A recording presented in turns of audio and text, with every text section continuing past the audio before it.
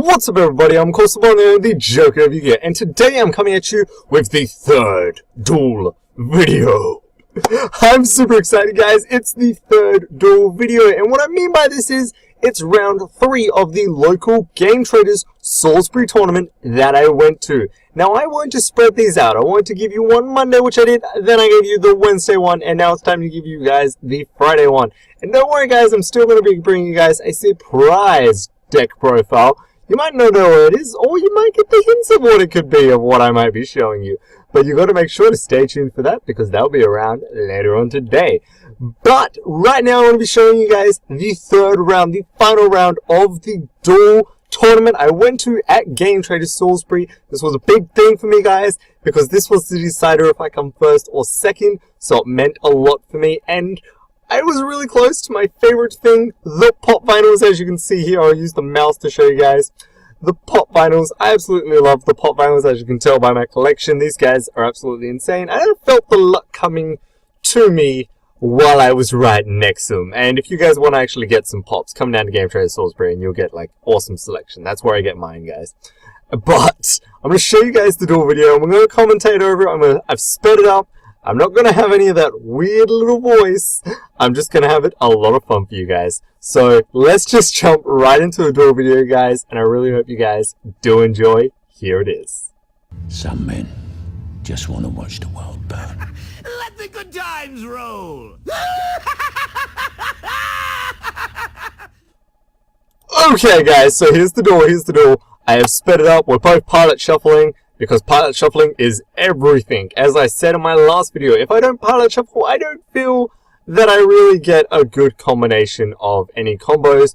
I don't really trust it, so I actually pilot shuffled before I started recording. And then I shuffled a lot more, like I was very pedantic. This is the final round, guys. With the final round, you have to be very, very, very careful and make sure you've got everything. So I even asked him, like, do you mind if I quickly pilot shuffle as well? And that's what I mean by, like, I always pilot shuffle even though I shuffled. Yeah, as you guys can tell, here's all the pop vinyl, guys. It was absolutely beautiful recording because, we have pop vinyl wall right next to us, which is really cool. So I'm, of course, using my field center. That's the Joker one. I've ordered another one. Don't worry, guys. Hopefully it's arriving real soon, but, you know, it's from America, so it does take its time. It's all fine. I'm versing an awesome Paleo guy. This guy is an absolute legend. He is a true challenge.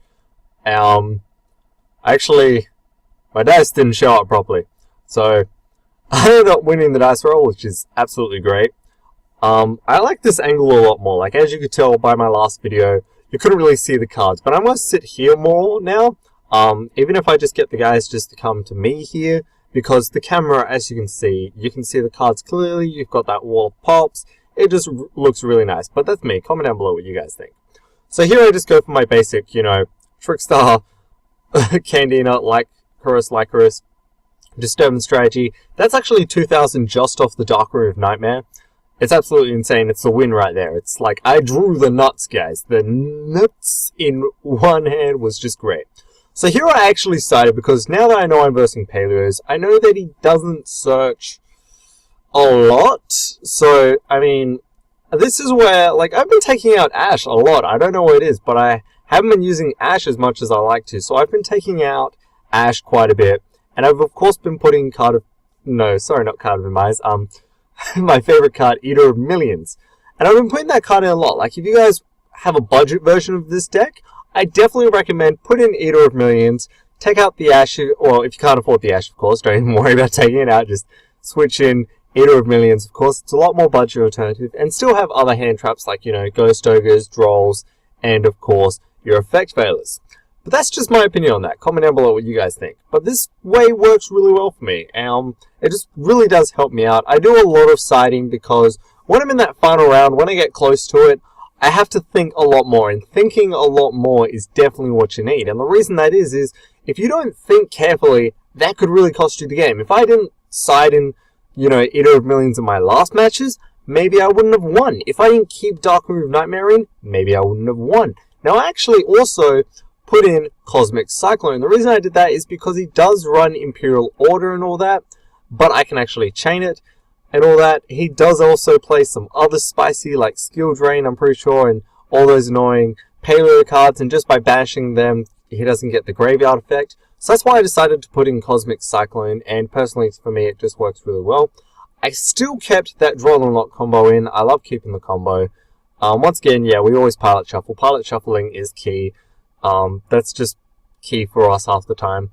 But it does work really, really well. I take my time and sighting and all that, and the reason I do that is because you really got to be careful. You really got to think carefully and a few steps ahead of, okay, my opponent is playing Paleo. What works well against Paleo? How can I lock them down? That's really what you need. So as you can tell by my hand right here, you might have seen a few cards. I've got Dark Hole, I've got, you know, Troll and Lock, the Disturbance Strategy. You might see the other cards. A lot of the time, you know, I just do a quick shuffle. Sometimes I shuffle more when I cut, but sometimes I don't. So here with my hand, I was like, Terraforming, he had like all back row, just straight up back row. That was the salty part. So I'm like, okay, I'm just going to use Light Stage, get as much as I can. I had to double check what I needed because I didn't know if I had Candina or Lycoris. I was like, which one? Because I can always accidentally do that. He activates that card, which is super annoying. What it is I can't even remember the name of it, but it stops card effects in the hand. And it's like, what? I can't use my card effects. You mean I can't do the whole Lycoris effect? I can't do any of that? It's like, oh, great, fine, I'll see how it is. Which is super annoying. But, you know, I just end up going, you know, I'll just attack. You know, I could have actually searched for another Light Stage and then searched for something else, but at the same time, I wanted to have somewhat of a Draw and Lock combo ready to go just in case. So on my turn, once again, I go Terraforming. Terraforming is my key. It's the secret rare key one. It's just so beautiful. So this is where I go for another one. I'm just getting a lot of the luck half the time. A lot of it is really good luck. So I go Light Stage, I target that one before actually, and then I use another Light Stage. I search. I'm practically going to search for the same one. I can't actually remember if I had Cosmic Cyclone in this hand. I didn't actually activate it because there was a few other cards I was expecting. So even if I did draw that Cosmic, I might have not used it. But still, it was just being safe. I don't know why I moved the cards. It was like a stupid thing of like, why am I moving these? But it was just really fun, just playing around. So here I go, you know, I'm just going to attack. I can't even remember. He actually used Heavy Storm Dust. He has no cards in his hand, so I can't actually activate that. And he brings out Raptor because of the annoying, that stupid Dragon Trap card. You know what it is. Basically, when it's destroyed, you can special summon a card from your action deck. It's super spicy. This card is unaffected by card effects, which is really annoying. So practically, he did have me on the ropes for quite a bit. After the because of this, he really did have me on the ropes. I was like, I'm just gonna go straight up defense. Keep targeting your back row, because even if he had another one, it doesn't really matter because of, you know, you can't bring out two because he's already taken one. Here I actually look at my hand. I'm like, okay, well, even if I use Eater of Millions, it's actually unaffected by the card effect, so it can't really be banished, which is the annoying part. So I mean, like, I was thinking here, like, even if I do that, here we were actually doing the whole try and guess. I actually won the first try and guess because he said XZs and I had the most. I had 10, and because he used that, he only had 9. But he did use another try and guess later on, as you might see, where he called synchros and he got 3,000. So, yeah, once again, I'm going to put a calculator there, but it was on the other side, so it's sorry about that. I'm trying to keep track of the numbers. But mainly, this is just commentary, guys. This is just showing you guys this is what happens when I go to my locals. This is how we play. I personally really love the game when it's played like this. Having that card, like, yeah, I definitely didn't have Cosmic Cyclone. That's what I was trying to get, sorry. I was trying to get that Cosmic so I could get rid of that. So I actually did end up getting Cosmic, and I was like, no, get rid of that. I don't want that card. Be gone, evil demon card that's been stopping me from using most of my combos. My deck at this point was like this big, so I'm like this big. Of using a deck, I used the whole chain summoning combo just so I can get a little bit. I mean, a little bit of a board. I'm going the whole Lycoris. I'm going like crazy. I actually do have 2 reincarnation in the grave, so I wasn't, you know, too worried, I should say. Too worried. But at this point I was just looking at my hand like, what do I actually need? The only real card I had left, other than not being banished, was Reincarnation. That was the really annoying part. My last card was Reincarnation. I practically just go for the third Cantina summon, go for another Reincarnation, so I've got 2 Reincarnations there. I haven't even used the Draw and Lock combo, really. I haven't actually... I can't believe I haven't actually used it, which is the funny part. Practically, though, I go for a, just defensive maneuver. Make him burn so much, but he, of course, uses Try and Guess. But I go for a defensive mover for a little bit, and just make him burn, because it does do a lot of burn. And here I just go, you know what, double Reincarnation. I won't even draw you, because you've only got 1 card in your hand. But of course he can chain that Paleo, which is the annoying part. He doesn't actually burn, because that's not technically being activated. I can't remember how he doesn't get burned from that, but I think there's a ruling against it. I can't really fully remember. But having that 1 card on the field was the really annoying part. Now, he did attack my Lycoris, which was the weird part. Like, I thought he would have attacked my Cantina. But, I mean, I guess, Cantina is my more powerful one, and that's all fair and all that. I'm saying, like, if you attack my Cantina, I'm going to be taking damage. But here I'm like, well, I can slowly burn you a little bit. Maybe I can slowly burn you, maybe, and all that. Now, I do actually ask him on that, and at this point, he wasn't on too much high life points. So here I thought, well, that card is only 1200, and he needed to take about, I think it was 26, can't fully remember the full amount of damage.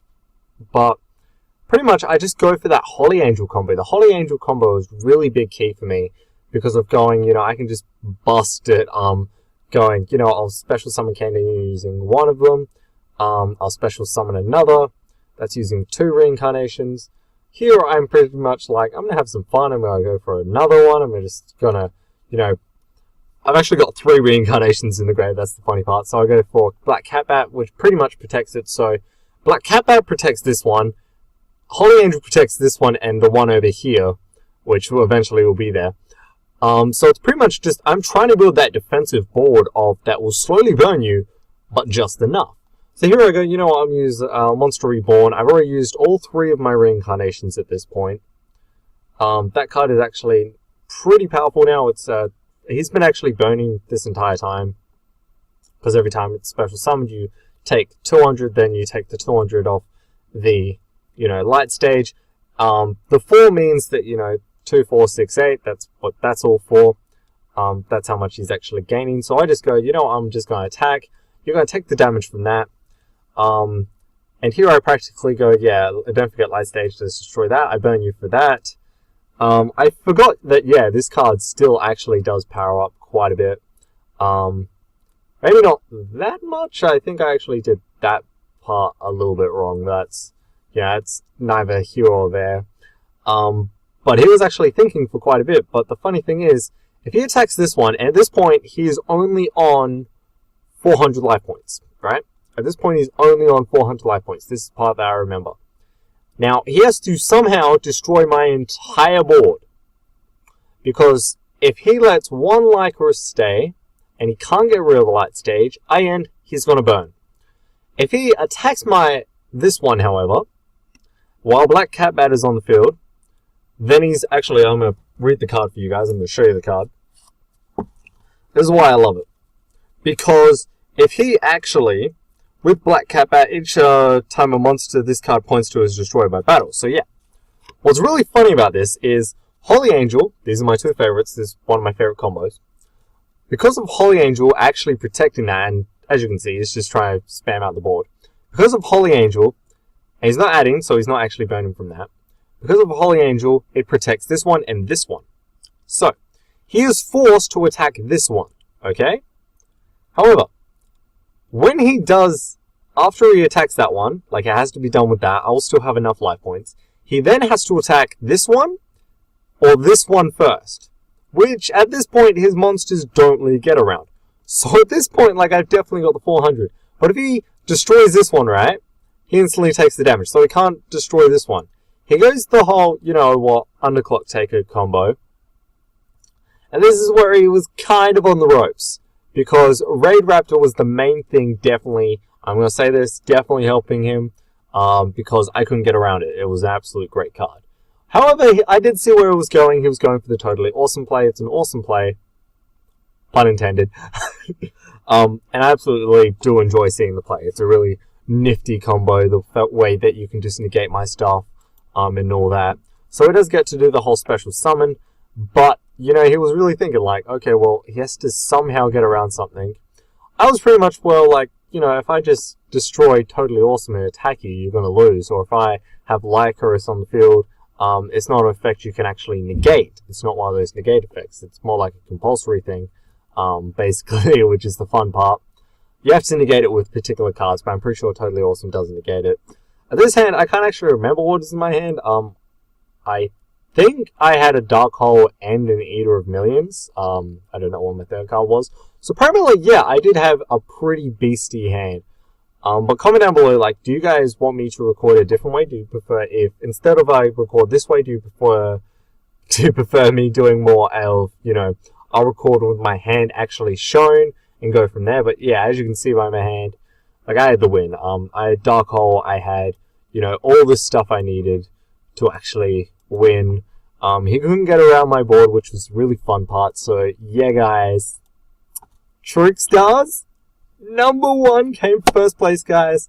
So I'm pretty sure you guys can expect the deck that I'm probably going to be giving you guys today, later on today, which I did say it was a surprise, but you can probably assume I'm definitely going to be giving you guys the deck that came first place at the locals. I really wish I could go to Nationals. I just can't afford it or get the time to do it. So I'm really sorry on that, guys. But hopefully, you know, maybe 1 year I'll go. But later on today, I'm going to be giving you guys the Trickstar updated deck profile, because this deck has changed quite a bit in the way of siding and everything. I'm always working on this deck. This is my favorite deck at the moment, so I'm always working on it, trying to perfect it. And I feel like I've got to that point that really does make it shine. So hopefully you guys are excited to see the full deck profile. It has been updated. But of course, if you want to see that, you got to make sure to stay tuned for later on today. And of course, as always, comment down below what you guys want to see next. If it be deck profiles, tip videos, more duel videos, or anything Yu-Gi-Oh related, comment it down below. And if I'm able to make it, I'm happy to make it. But of course, till then and till the next one, just keep on smiling. Enjoy the game of Yu-Gi-Oh or whatever TCG you play. And of course, that ends it for me, guys. I'll see you next time.